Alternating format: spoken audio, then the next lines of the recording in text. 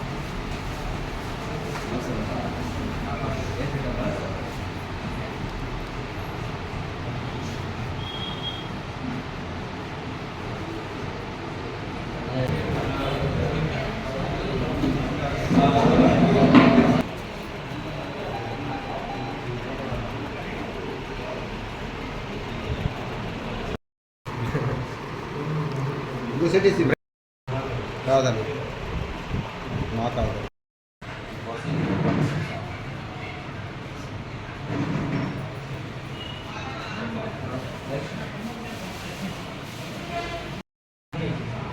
మహానేత స్వర్గీయ డాక్టర్ రాజశేఖర రెడ్డి గారి 15వ వర్ధంతి సందర్భంగా పొదలకూరు మండలంలోని పొదలకూరు వైఎస్ఆర్ కాంగ్రెస్ పార్టీ కార్యాలయం నందు ఆయనకి ఘనంగా నివాళులు అర్పించి, అలాగే ఆరోగ్యశ్రీ ఆయన పెట్టారు కాబట్టి ఆయన గుర్తుగా పొదలకూరు గవర్నమెంట్ హాస్పిటల్ నందు రోగులకు ఈరోజు బ్రెడ్ మరియు పళ్ళు పంపిణీ చేయడం జరిగింది.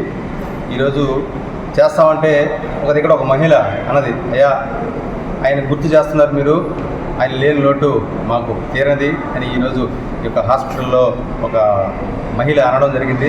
అంటే ఆయనకి ఎంత గుర్తుగా ఉండదు ఆయన అంటే పేదల పక్షపాతి, పేదల కోసం సంక్షేమం అభివృద్ధి రెండు పేదలను బాగుపరచడం చేసిన ఆ కార్యక్రమాలన్నీ కూడా ఈరోజు పేదలకు ఉపయోగపడ్డాయి. ఆయన చేసిన వాటిలో ముఖ్యంగా ఆరోగ్యశ్రీ చాలా మంచిది. పేదలు ఒక కార్పొరేట్ ఆసుపత్రిలో గుండె ఆపరేషన్ చేయించుకోలేని పరిస్థితి ఉండేది. కానీ ఆయన ముఖ్యమంత్రి అయిన తర్వాత పేదవాడు కూడా కార్పొరేట్ హాస్పిటల్లో వైద్యం చేర్చుకుంటున్నాడంటే ఆ ఘనత మట్టుకు డాక్టర్ వైఎస్ఆర్ రాజశేఖర రెడ్డి గారు.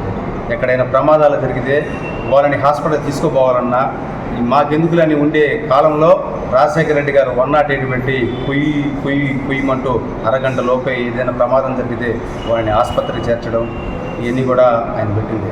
అలాగే విద్యార్థులు చదువుకోలేని పరిస్థితిలో ఉన్న పరిస్థితుల్ని ఫీజు రీయింబర్స్మెంట్ పెట్టి ఇంజనీరింగ్ ఇవన్నీ చేయించడం కూడా ఆయన ఒక ఘనతే. చెప్పుకుంటూ పోతే రాజశేఖర రెడ్డి గురించి చాలా ఉన్నాయి. రామరాజ్యం అంటే డాక్టర్ రాజశేఖర రెడ్డి గారు 2004 నుంచి 9 వరకు చేసిన 5 సంవత్సరాలు ఈ యొక్క ఆంధ్రప్రదేశ్ రాష్ట్రంలో గుర్తుండిపోతుంది. ఈరోజు మనకు ఒక చెప్పుకోవాల్సింది ఏంటంటే మంచి రోజు కాదని అనుకోవాలా. 2 రాష్ట్రాలని ఆయన లేని లోటు, ఆయన చనిపోయాడు కాబట్టి ఈరోజు ఆయన లేనందువల్లే రాష్ట్రాలు విడిపోవడం, అభివృద్ధిలో కొంత వెనకబడిపోవడం, పేదలు కూడా వెనకబడిపోవడం కారణం కూడా రాజశేఖర రెడ్డి గారి లేని లోటే. ఆయన కానీ ఉండుంటే ఈరోజు మన రాష్ట్రం దేశంలోనే ఇంకా గొప్పగా ఉండేది. కానీ 2 ముక్కలు అవ్వడం, మనం ఆ బాగా చాలా వెనకబడిపోవడం, అవతల పక్క తెలంగాణ ముందుపోవడం కారణం కూడా రాజశేఖర రెడ్డి గారిని లోటుగా భావిస్తూ ఆయనకు ఎక్కడున్న పైన ఆయన ఆత్మ శాంతి చేకూర్చాలని ఆయన బాటలోనే ఆయన కొడుకు నడుస్తున్న ఏదో చిన్న పొరపాట్ల వల్ల ఓడిపోవడం జరిగింది. కానీ అదే స్పీడ్తో 2029లో జగన్మోహన్ రెడ్డి గారి ప్రభుత్వం ఏర్పాటు చేసి వాళ్ళ నాన్న ప్రభుత్వం లాగే ఉంటాడని అనుకుంటూ సెలవు. మేము గాఢంగా నమ్ముతున్నాము. వైఎస్ఆర్సీపీ పార్టీ అందరూ కూడా కలిసి పటిష్టంగా ముందుకి అడుగులేస్తున్నారు. అలాగే మన రాష్ట్ర ముఖ్యమంత్రిగా చేసిన రాష్ట్ర వ్యవసాయ మంత్రిగా చేసిన డాక్టర్ కాకాని గోవర్ధన్ రెడ్డి గారు కూడా మరి సర్వేపల్లి నియోజకవర్గంలో మరి పాలనలో ఉన్నప్పుడు ఎన్నో మంచి కార్యక్రమాలు చేశారు. అయినప్పటికీ మరి స్టేట్ అంతా కూడా మరి ఎందుకనో ప్రజలు మరి మెజార్టీగా తీసుకురాలేక మరి పరిపాలన మాకు ఇవ్వలేకపోయారు. చేసిన పొరపాట్లు సరి చేసుకుని రాబోయే రోజుల్లో ఇంకా మంచి పరిపాలన అందించాలని రాజశేఖర రెడ్డి గారి ఆశయాన్ని ముందు పెట్టుకుని ప్రతి ఒక్కరూ అడుగు వేయాల్సిన సందర్భం ఇది. ఆయన చేసిన గొప్ప కార్యక్రమాలను బట్టి ఆ మహనీయుని మేము మరి స్ఫూర్తిగా తీసుకుంటూ ఆయనకి ఈరోజు ఘనమైన నివాళిని అర్పిస్తున్నాము.